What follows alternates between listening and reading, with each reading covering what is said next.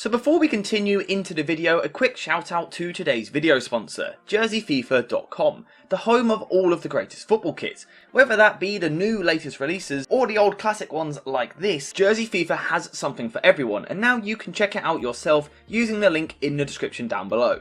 And also make sure to use code JerseyFIFA for 10% off when you order. Hey guys, welcome back to the AJ Analysis channel and the Scouting for United series. The series where, as I'm sure you know by now, we take a look at a load of different players linked to Manchester United on Twitter, in the gossip columns, in the newspapers, and take a look at whether or not they would be a good signing for Manchester United. And today, 25-year-old Dutch goalkeeper Justin Bijlow is the topic of discussion, with him being linked to the club over the past couple of days as a cheaper alternative to Onana in goal for Manchester United. So you know what we're doing today, we're looking at him, assessing his strengths and weaknesses, and discussing whether or not he is a good fit. Now I have to be honest, this video is being recorded a little bit last minute because I saw the news quite late, so I'm not an expert on this goalkeeper. And, you know, this will be quite a brief look at him, his strengths and weaknesses. We're not really going to dive too deep on this one. Although, again, as I've said for several players recently, if we see him more heavily linked with a move to the club and, you know, it actually starts to happen, then we would break it down further. But in terms of, you know, as a base goalkeeper, I'm not an expert, but he looks very, very decent. His base numbers here look very good. This is using his FBref report. We can see that he's ranking well for things like crosses stopped, goals against, several different metrics. But, you know, that isn't enough. We can't just look at the stats. We need to look at, on paper, on the pitch, what is he good at? So one of his strengths, as you would expect with a goalkeeper linked to an Erik ten Hag side, is his play on the ball. Bijlow is a pretty decent ball-playing goalkeeper.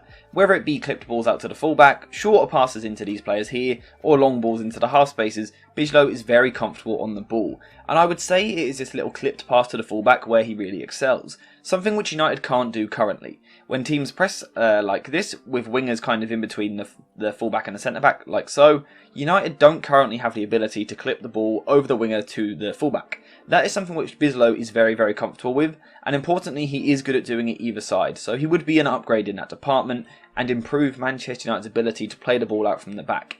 He's also decent with his short passing as well, linking up kind of with his centre-backs, being an option on the ball. He's quite proactive and more than happy to receive a pass backwards to then move the ball forward. Now, from this area, he isn't exactly groundbreaking, he isn't elite, he isn't Andre Onana, Diogo Costa. He's not really someone to like fire passes between the lines and really be adventurous with his passing. It's not really his game, he's quite safe, but, you know, still effective. He completes his passes, which is important, and he also has the ability to go longer as well. Now again, he isn't Onana, he's not going to ping the ball in behind for someone like Marcus Rashford to run onto. However, he is pretty decent at kind of picking out these half space areas here with long passes. And again, his passing accuracy is pretty good. So in terms of on the ball, he's an upgrade on what Manchester United have had in the past couple of seasons. He's a good ball-playing goalkeeper, as we would expect for Erik ten Hag to even be interested in him.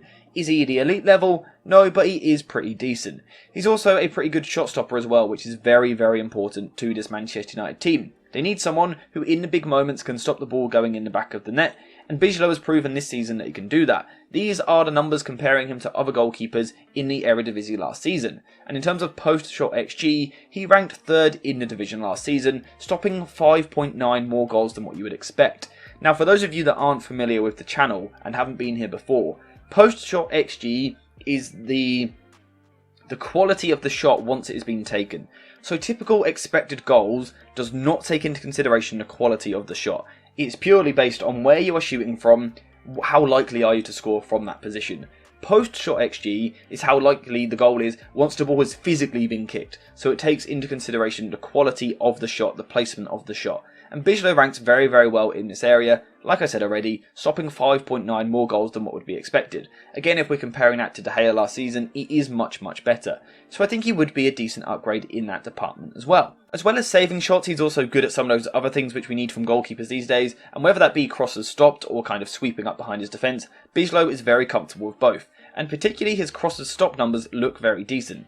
Now, crosses stopped is only in the 77th percentile, which of course is well above average, decent, but not anything extremely impressive. However, when we then consider the fact that in terms of crosses faced he's only in the 7th percentile, that makes it look very impressive. And a closer look when we look at the crosses stopped percentage, 9.5%, that is in the 90th percentile, which is a much better number. Bijlow is a very confident goalkeeper. Apologies if I just punched a mic, which I think I did. But Bijlow is very confident, very commanding. He's happy to come through a crowd. He's kind of willing to put himself in danger a little bit, put himself at risk of injury to go and get the ball. It's very good commanding goalkeeping. As we can see from these numbers also, his defensive actions outside of the penalty area are good as well. Now again, in terms of the amount he does per 90, not so great, but the average distance of his defensive actions, the 92nd percentile, which means that he is happy to be a sweeper keeper, again defending on the front foot. Now we're not going to break down the importance of that today because I've discussed it before talking about Andre Onana, but the rough idea is that if the goalkeeper sweeps a little bit higher, it means the defence can push higher, it means the midfield can push higher, it means the attack can push higher, so the whole team can press as a cohesive unit much better. So it's very, very important for Ten Hag to have a sweeping goalkeeper. Bijlow is good at that.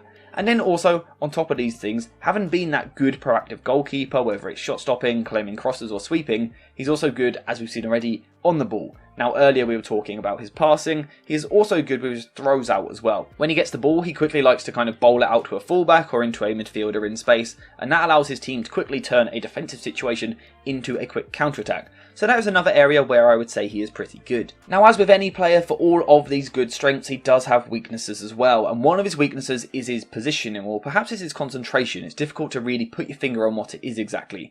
However, there are times when, you know, maybe as a result of not concentrating, his positioning is therefore poor, and it can lead to goals being conceded from silly distances really, where he doesn't quite have his feet set in the right position, so it's easier to beat him than what it should be. So he does have that occasional error in his game, which would be of a concern. The other concern for me, and, you know, I don't really mean any disrespect by this, is that he just isn't elite. Manchester United are competing in a league which has some of the best goalkeepers, the likes of Alisson at Liverpool. Ederson, we know, is elite in terms of the ball playing department and things like that. Bijlow, whilst being good in several areas, doesn't really excel anywhere. He doesn't get me excited anywhere. He's not of that top level. He's not top 5 in the world for any particular attribute, and that would be a concern. United want to become a team which can win the Premier League and challenge in the Champions League. To do that, you need up there with the best players in each position.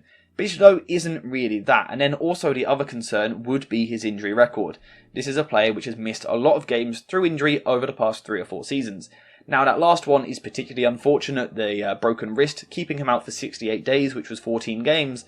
But just these kind of recurring injuries, even if they're only keeping him out for 1 or 2 games, it's just not ideal. Especially when you look at the current United goalkeeper situation. There's no one at the club really. De Gea is now out of contract, Dean Henderson looks like he's up for sale, it only really leaves Tom Heaton. So United need a number 1 which they can rely on a regular basis. I'm not too sure that Bijlow is that, especially when you add into the fact that he would be coming to the Premier League, which is a more physical league, there's more contact, bigger strikers, more pressure. We could just see more of these injuries on a more regular basis, so that would be another concern. Overall, I do think that Justin Bijlow is a good goalkeeper. He's the Netherlands' number 1 for a reason. He is of a very decent standard, and you know, for Feyenoord last season, he was very crucial in their title win. However, is he that top level? Not quite, and it's kind of difficult for Ten Hag to weigh it up at the moment. The way I see it is that the only reason that United are interested or potentially interested in Bijlow is because he's a good £20 million cheaper than Andre Onana. But the reason he's £20 million cheaper is just because he's just not as good in any aspect. And again, if I'm Erik Ten Hag in the current situation, this goalkeeper profile is very, very important to his side and the way he wants to play moving forward. I would spend the extra money and go for Andre Onana. I'm also not convinced that these rumours are actually true. We saw it with Mason Mount. Manchester United put the bid in for Mason Mount. Chelsea rejected a couple of bids. United were then like, we're interested in Caicedo, we never wanted Mount anyway. So Chelsea are kind of pressured into accepting the Mount offer. To me, it feels a little bit like United are doing the same thing here with Bijlow, kind of saying to Inter, we'll put a bid in for Onana, but if you don't accept it, we'll go get Bijlow instead. So then Inter, okay, we'll accept your offer. I wonder if that sort of game might be going on here. I might be completely wrong. This could be a genuine interest. I'm not too sure. But like I said, if it was me, I would be spending that extra bit of money to go get Andre Onana. I think Bijlow's a good goalkeeper, very, very decent, but I just don't think he is of the level that Manchester United need. So that is where I'm leaving it for today's video. Now, like I said right at the start, this has been very brief. We've only really scratched the surface of a player as a goalkeeper. If you want to see a video more in depth on Bijlow, please do let me know in the comments down below. I'll make sure I take the time to go watch a load of footage, but that's probably only likely if we see more concrete links, someone like Fabrizio Romano or Ornstein linking a move. If not, it's probably a little bit unlikely. But as always, let me know what you think in the comments down below. And also, if you could subscribe to a channel with notifications on, it would be greatly, greatly appreciated. But apart from that, I think that's all I've got to say on this particular topic for today's video, because again, I don't think it's actual legitimate interest. So that's as far as I'm going for today. Thank you guys for watching. I hope you have enjoyed it. And as always, I'll see you in the next one.